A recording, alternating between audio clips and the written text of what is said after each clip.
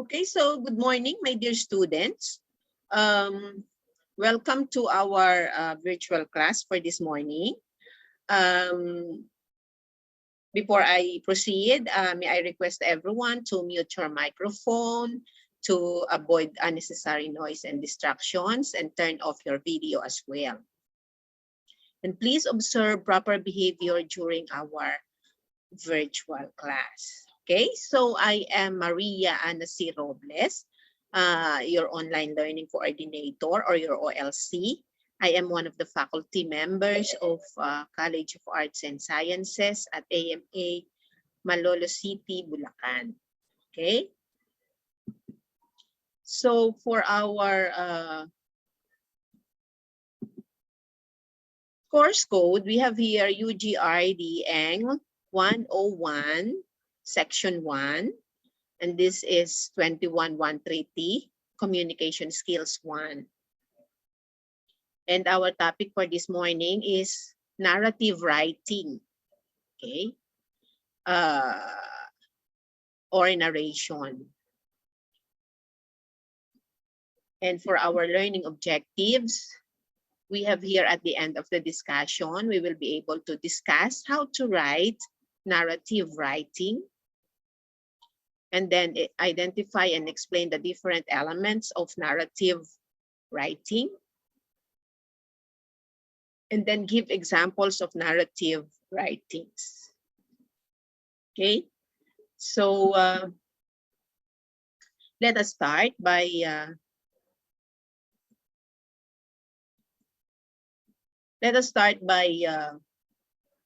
defining narration. Now, narration, etymologically speaking, from the root word narrate, originated from the Latin word narrare, which means related or told. Okay, so this is the origin of the word narration, from the Latin word narrare. Okay, now it gives a written account of an event or story, or simply storytelling. So when you narrate, you simply tell a story or storytelling. Now, the sequence of events is told in chronological order. So when you say chronological order, it follows the proper sequencing of events from first to last. So it usually contains the following: the who, the what, and the when of the story.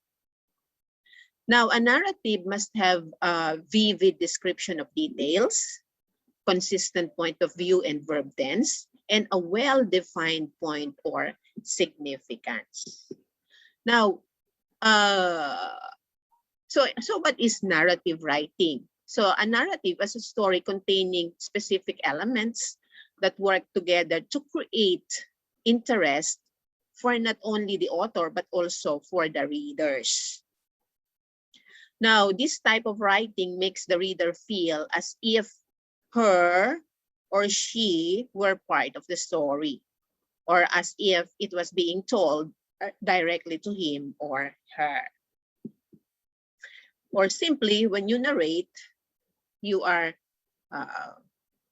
telling a story.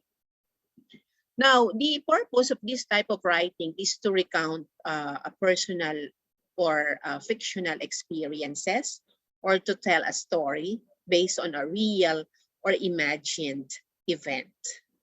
Okay, so for imagined story, we have the fiction, and for story based on truth and real life is non-fiction. Now, what are the common features of narrative structure? So usually there is an orientation, there is a complication or conflicts, and resolution or ending. Okay, now for the beginning or orientation, in here, this sets the scene, creating visual picture of the setting, atmosphere and time of the story, And it is also in the beginning where characters are introduced and clues are set in place for the coming complication.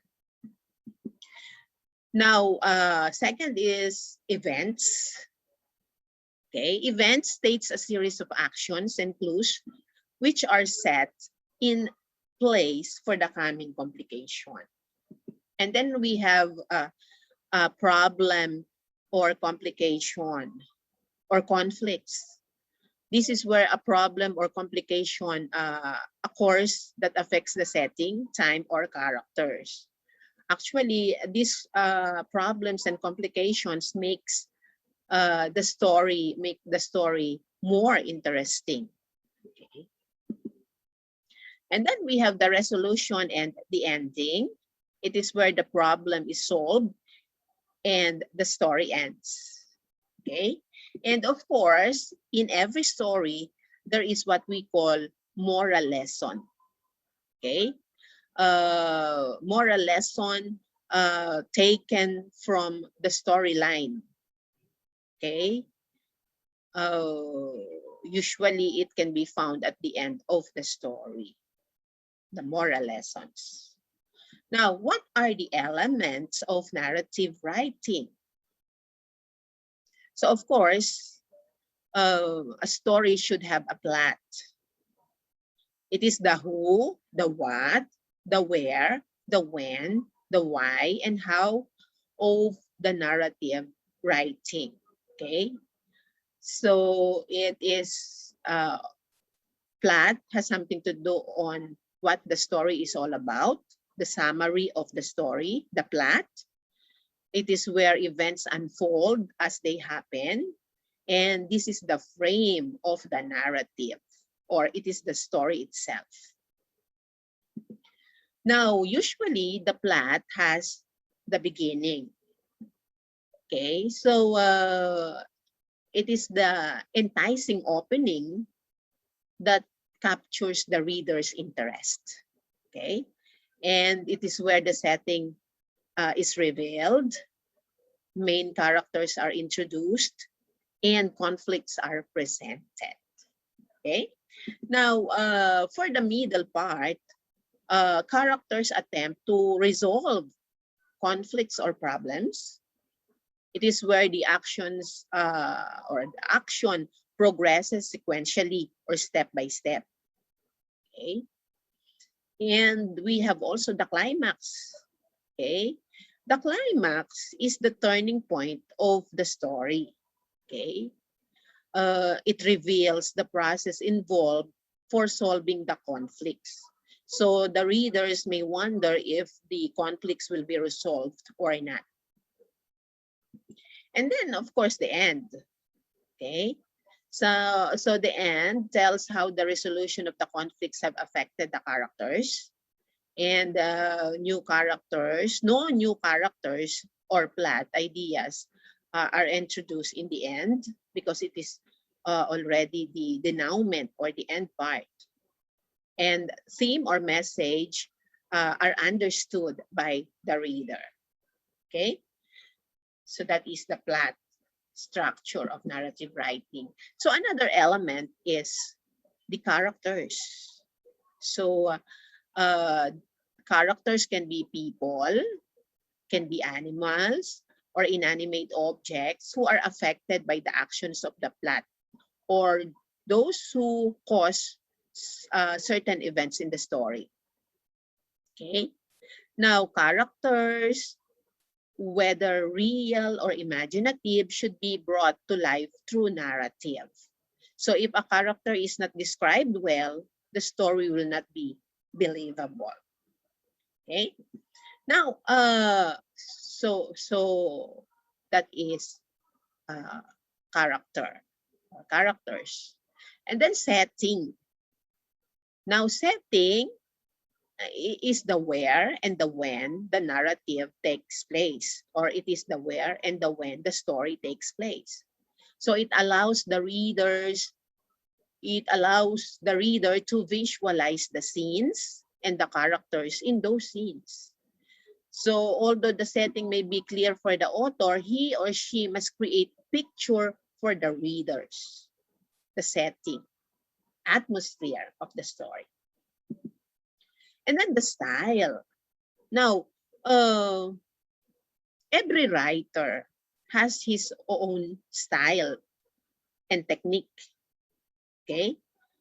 Although we have the same topic, everyone will write differently depending upon their style. Now, they can make use of figurative language like simile, metaphor, hyperbole, personification, and others. They can also make use of sensory imagery. They can also make use of vivid verbs, strong sentences, dialogue, and point of view that makes each author unique. So it all depends on the style of the writer, okay, on how he presents the story. And then conflict. As I said a while ago, conflicts make the story more exciting to the readers. So the problem that must be overcome or resolved, these are the problems that may be overcome or resolved so that the readers will not be left hanging. So there are different types of conflict. It could be man against himself. It could be man against man. It could be man against society. It could be man's against technology, or it could be man against nature. Okay, so when you say man against himself, there is a problem within himself, the main character within himself. It is something internal.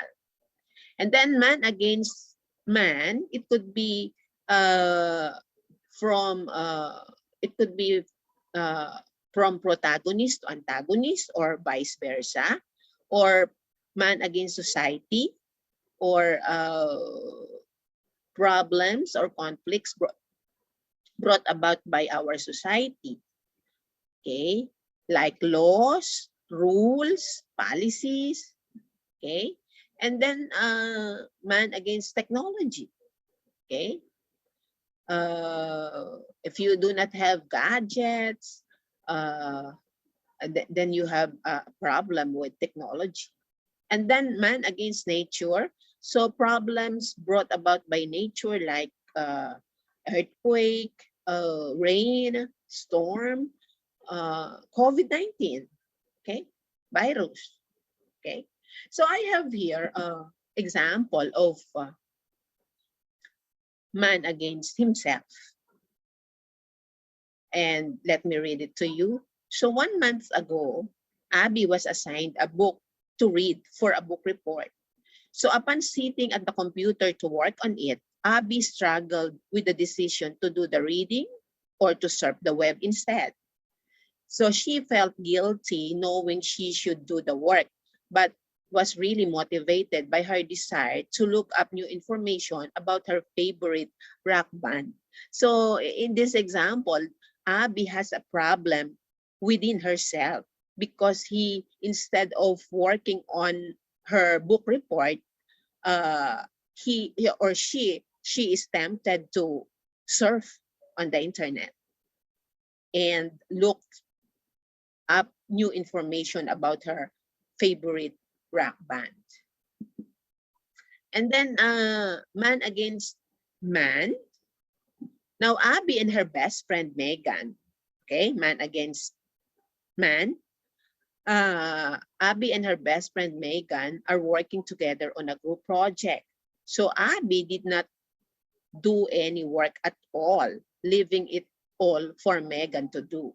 So when the girls get together to do the project, Megan finds out Abby did not do any work at all.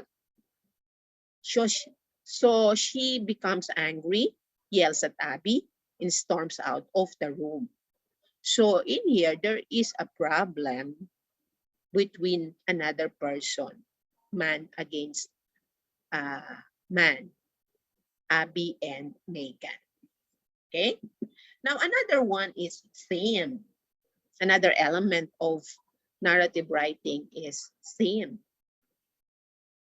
Now, a theme is a message revealed in the story.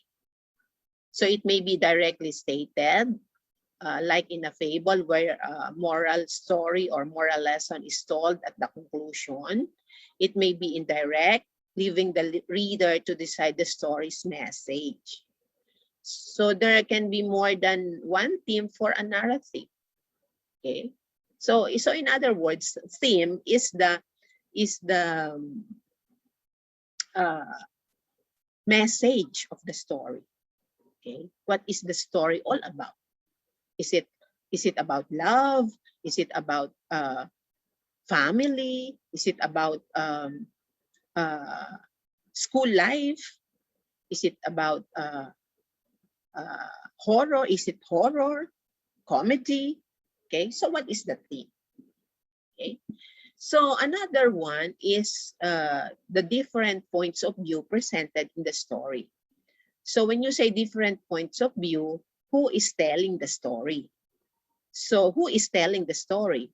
Is it the first person point of view? So when you say first person, the one who is speaking, I as the narrator, okay? It is more on good for personal accounts. So for example, using I will never forget the day that my hamster died. So first person. And then third person point of view, using he, she, it, and written as if the story is observed from the outside of the characters. So reader must guess the feelings of the characters by their actions and words. So in other words, so we in here we make use of he, she, it. Okay, third person point of view. For example, he pounded his fist against the wall and screamed, "Let me out." Okay. So I have here example of examples of narration with serious mood. Okay. Now it was the day for the big test. I studied all week and knew I was ready. I was still a little bit nervous, but knew once I started, I would be fine. So the teacher asked us to get some books out to read when we were finished, so we wouldn't bother the other kids if we finish early. Now the test was a breeze, and when I was done, I started to read my favorite book. Okay, so this is an example of a narration. She is telling what happened during the course of taking the exam. Okay. And then we have here mysterious mood. So yesterday when I was on my way to the grocery store, I saw a very strange man. He had on a brown trench coat, a red hat, and was carrying a purple umbrella. So I'm sure he was some kind of investigator. So as he began walking, I noticed he was just peeking over the top of his coat, and I could only see his eyes. So he was very sneaky looking. So I'm sure he was watching somebody, and I just wonder who. Okay, so this is a narration. Okay, so she is narrating about a man, a mysterious man she saw on the grocery. Okay, so To write an excellent, so to sum up, to write an excellent narrative, the writer should use insight, creativity, drama, suspense, humor, or fantasy to create a central theme or impression. So the details all work together to develop an identifiable storyline that is easy to follow. Okay, so in other words, in conclusion, narrative writing is writing a story, okay, or writing a storyline, making use of